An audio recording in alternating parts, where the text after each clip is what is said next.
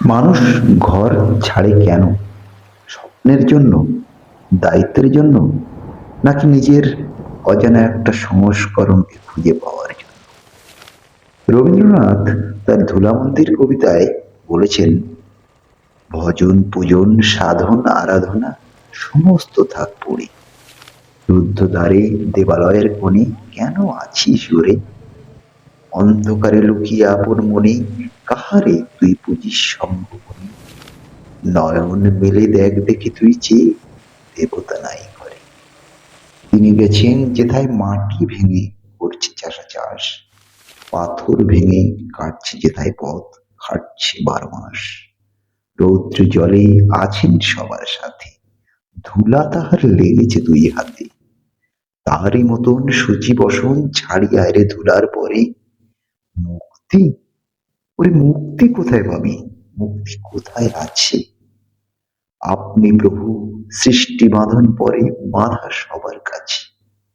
রাখো রে ধ্যান, থাক রে ফুলের ডালি, ছিলুক বস্ত্র লাগুক ধুলাবালি, কর্মযোগী তার সাথে এক হয়ে ঘর্ম পড়ুক ঝরে। এই রাস্তা কোথায় যায় আমি জানি না, তবে এটুকু জানি, জীবনের অনেক রাস্তার মতো এরও কোনো শর্টকাট নেই।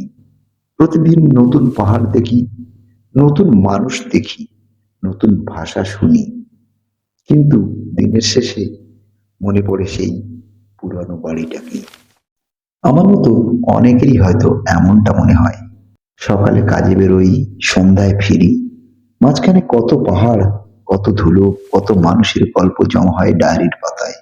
সব গল্প ক্যামেরায় ধরা যায় না, কিছু গল্প বুকের ভেতর জমে থাকে। আজ যে পাহাড়গুলো দেখছো, যে রাস্তা ধরে আমি চলেছি, কয়েক বছর আগে এগুলোর কোনো অস্তিত্ব ছিল না আমার জীবনে। তো আজ এদের মাঝেই কাটছে আমার প্রতিটা দিন। এই গল্পটা কোনো ভ্রমণের গল্প নয়, এটা এমন একজন মানুষের গল্প যে নিজের ঘর থেকে 1000 কিলোমিটার দূরে এসে বুঝতে শিখছে মানুষ আসলে কতটা পথ একা যেতে পারে। কেন আমি বাংলার সমতল ছেড়ে হিমালয়ের পাহাড়ে এসে আছি, কি খুঁজতে এসেছি এখানে, আর এই পথ আমাকে কোথায় নিয়ে যাবে, সেই উত্তর হয়তো আজ দিতে পারবো না। দিনের শেষে যখন পাহাড়ের গায়ে সন্ধ্যা নামে, তখন মনে পড়ে যায় অনেক পুরনো কিছু মুখ, কিছু রাস্তা, কিছু স্মৃতি। তখন বুঝতে পারি দূরত্ব শুধু কিলোমিটারে মাপা যায় না, কিছু দূরত্ব মাপা হয় অনুভূতিতে। তাই আমার এই চ্যানেল কোনো পর্যটকের চোখে দেখা ভ্রমণের গল্প নয়, এটি কোনো বিলাসী ট্রাভেল ব্লগও নয়। এখানে থাকবে একজন ঘর ছাড়া মানুষের দিনলিপি, সংগ্রামের গল্প, অচেনা জায়গায় নিজেকে খুঁজে পাওয়ার গল্প, আর পথ চলতে বদলে যাওয়া একজন মানুষের গল্প। এই ভিডিওটা শুধু শুরু, ডায়েরির প্রথম পাতা। এখনো অনেক গল্প বলা বাকি।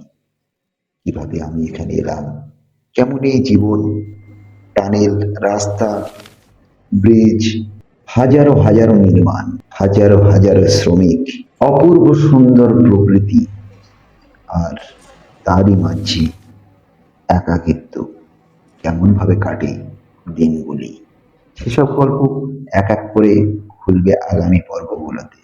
তাই যদি পথের গল্প শুনতে ভালো লাগে, যদি ঘর ছেড়ে বেরিয়ে আসা মানুষের গল্প শুনতে ইচ্ছা করে, জানতে ইচ্ছা করে, তাহলে সঙ্গে থেকো। কারণ প্রত্যেক ঘর ছাড়া মানুষের কাছে একটা গল্প থাকে।